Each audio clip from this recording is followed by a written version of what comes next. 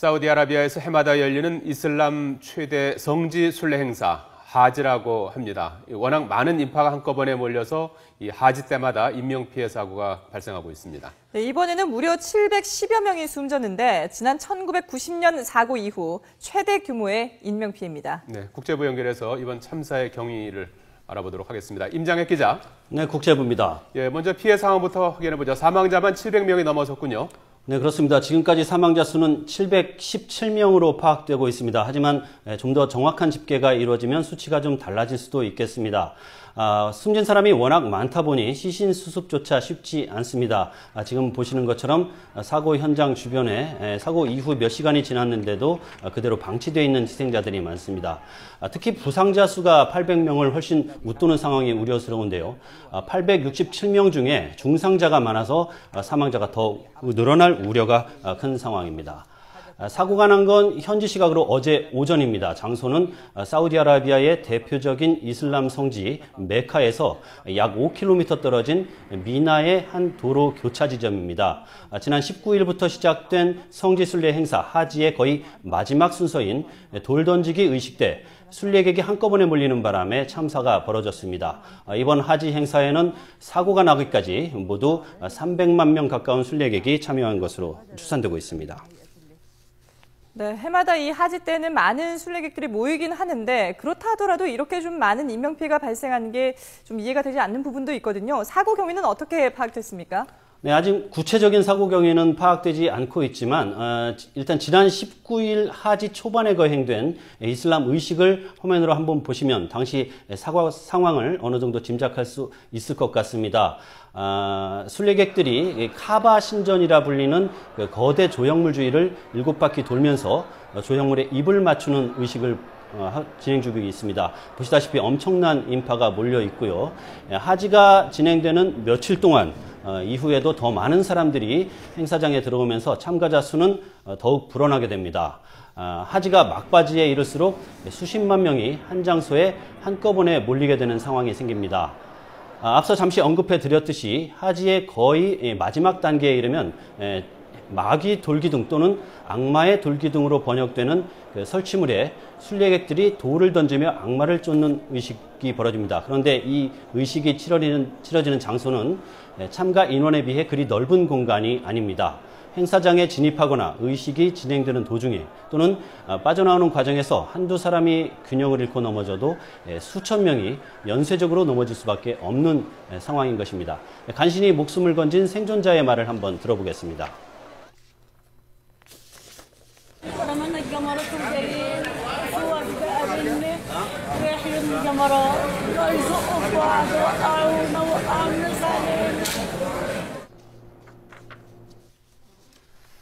자, 이 사우디 이슬람 성지 순례에서 일어난 대형 참사는 이제 이번이 처음이 아니라고 했는데요. 하지, 이 성지 순례 행사는 이 구체적으로 어떤 행사고 어떤 사고들이 있었습니까? 네, 불과 보름도 채 지나지 않은 지난 11일에도 행사 준비 도중에 발생한 대형 사고 소식을 저희가 전해드렸습니다. 앞서 잠깐 보여드린 그 카바 신전에서 하지 시작을 앞두고 큰 사고가 있었습니다. 하지 준비를 위해 그랜드 모스크라는 대형 건축물을 증축하는 공사를 하고 있었는데요. 대형 크레인이 무너져서 무려 107명이 숨지고 230명이 다쳤습니다.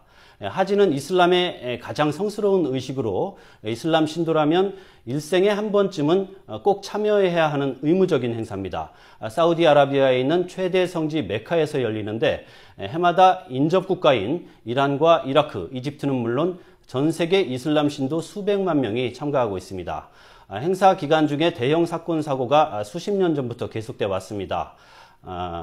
90년도 이후에 일어난 사고들만 정리해도 인명피해가 엄청납니다. 무엇보다 지난 1990년에 발생한 압사 사고 때문에 무려 1,420여 명이 숨지는 최악의 인명피해가 발생했습니다. 4년 뒤에는 이번처럼 악마 돌기둥 돌 던지기 의식 때 압사 사고가 나서 270명이 숨졌고 또 4년 뒤에도 300명 가까운 사상자가 발생했습니다. 2001년에도 같은 의식을 벌이던 도중에 압사 사고로 35명, 2004년과 2006년에도 똑같은 사고가 이어져서 수백 명의 사망자와 부상자가 속출했습니다. 크고 작은 사고가 거의 해마다 벌어지고 있는데 특히 올해 인명피해는 지난 11일에 크레인 사고까지 겹쳐서 지난 1990년 최악의 압사사고 이후 25년 만에 최대 규모입니다. 네, 설명해 주신 것처럼 지금 뭐 참사가 거의 매년 반복되고 있는 건데요. 대책은 없습니까?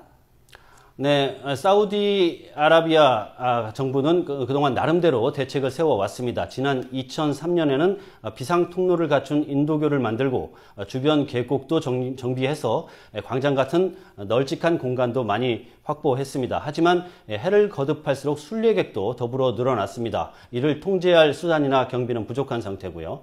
전문가들은 무엇보다 수십만 명이 종교적 열정에 가득 차서 들뜬 마음으로 행사에 참여하는 상황이 실제적인 통제를 힘들게 하는 원인 가운데 하나로 보고 있습니다. 사고로 목숨을 잃는 것조차 신의 뜻이라 여기는 분위기가 안전불감증을 키운다는 의견도 있습니다.